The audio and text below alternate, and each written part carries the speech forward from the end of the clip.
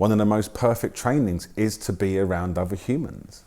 It's absolutely fascinating because you can only clarify points of awareness, so perceptions, by being exposed to them.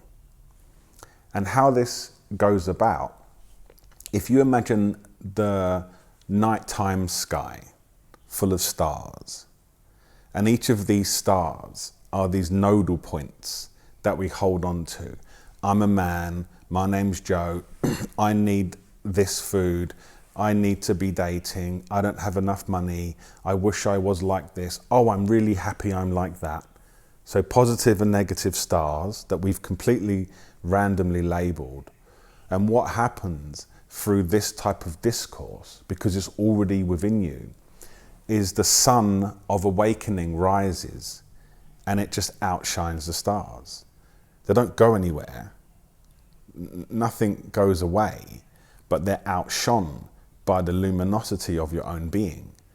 And when you can't see that luminosity, even when it is everything, you fixate on what you can see, which is all these nodal points. And that's what I'm saying. When you live your life and you go around, most human beings spend all day micromanaging nodal points. This needs to be a bit like that. That needs to be a bit like that. And it can be exhausting and futile. And you only have to look at the world at large to see that even if you collect the most wonderful array, I'm calling them nodal points now, where that come from, but even if you collect the most wonderful array of these points, you can still kill yourself. This happens all the time in places like, Hollywood. And you can also find people who are completely happy, who've never had an ability to collect these things. And what's really observant about this, and we've all had this experience, you can have a great year where all of your good ones get more and all of the negative ones get less. And the next minute, it's just completely flipped. That great relationship that you was like amazing becomes the biggest nightmare. That amazing job that you've always wanted becomes a prison, right? Everything switches place. And the reverse can happen. That terrible accident becomes an amazing gift of awakening. It's like this ocean of dynamic energy that we're constantly labeling with all of our energy, labeling. And it moves without any relationship to yourself. It's not looking at you. You are it. And it just moves like an ocean.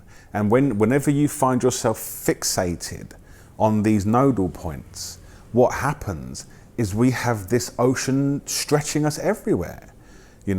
I am my relationship. When that starts to go down, I go down. I am my job. And we all have our preferences. When that goes down, I go down. Or when it goes up, I go up. I am my diet. And when it goes well, I'm really happy. And it doesn't go well so much, or it never used to at least. So once you do that, rather than being the ocean, you basically get on a surfboard and be like that. And it is just a very, very intense experience.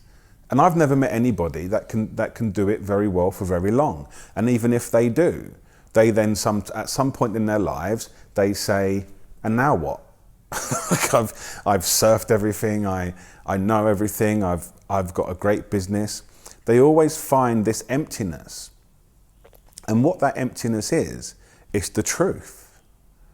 But if you approach the emptiness from mind, it's scary. You hear people say, I feel so empty. I'm like, yeah, but it's like, from awakening, it's beautiful. It's liberating to know that all experiences are empty. It's a complete liberation. But when you see it from mind, it's terrifying. What, this 10-year career is empty. What, my relationship that's so good is empty. We like it when crappy things are empty, but we don't like it when the good things are. And we tend to get very fearful of that. But all that emptiness, feeling of emptiness is awareness. And it's the recognition that there's something deeper. How many people have you heard say, I thought it was all empty, so I went on my spiritual journey, right? It's a call to know yourself. It's a call to know who you are. And when you have a friend that guides you or something you read that lets you know this is a good thing, amazing things come from that. People discover their true nature.